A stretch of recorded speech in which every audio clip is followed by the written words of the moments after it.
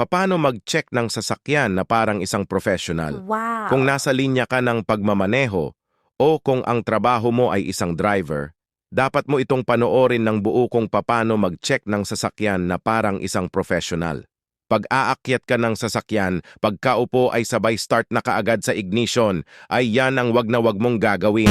Halika at ituturo ko sa iyo ang mga dapat mong malaman.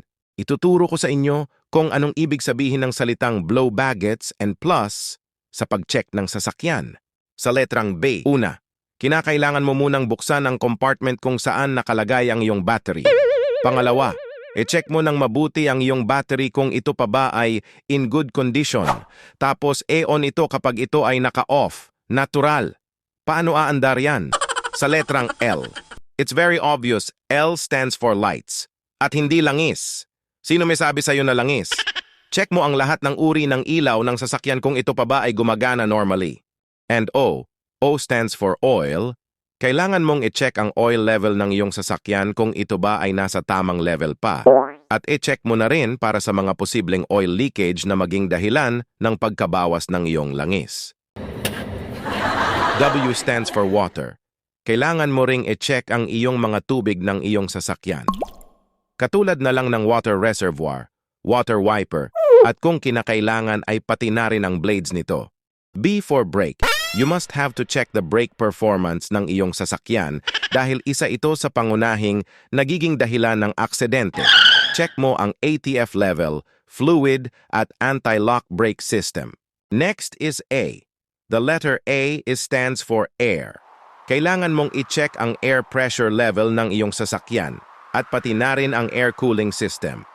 Pwede mo dito isama ang iyong dashcam, fire extinguisher, at sound system. The next is G, gas. Ay isa sa pangunahing dapat isalang-alang kapag ikaw ay nagmamaneho na kailangan mong i-check. At huwag kalimutan ang pinaka-number 1 fan at pinaka-gwapong gasoline boy. At ang susunod ay ang E stands for engine. Kailangan mong i-check ang makina mo lalong na ang tubig sa radiator. Dito napapasok ang tinatawag na fingering method. Unang gamitin sa pagsukat ng tubig ang point finger.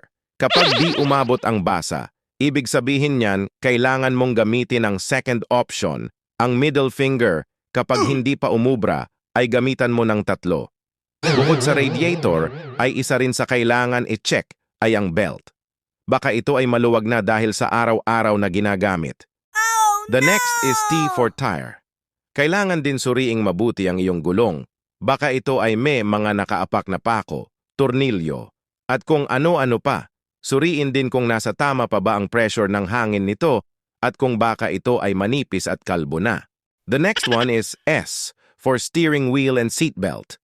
Gawin mong comfortable ang iyong sarili sa pagkakaupo, adjust mo ang iyong upuan kung saan ka kampante sa pagkakaupo. Makakatulong ito sa swabe mong pagmamaneho. And another S stand for self. Ito ang sinasabi kong plus. Kailangan gawin mong presentable ang iyong sarili. Kailangan lagi kang gwapo, well-grooming, at mukhang laging mabango.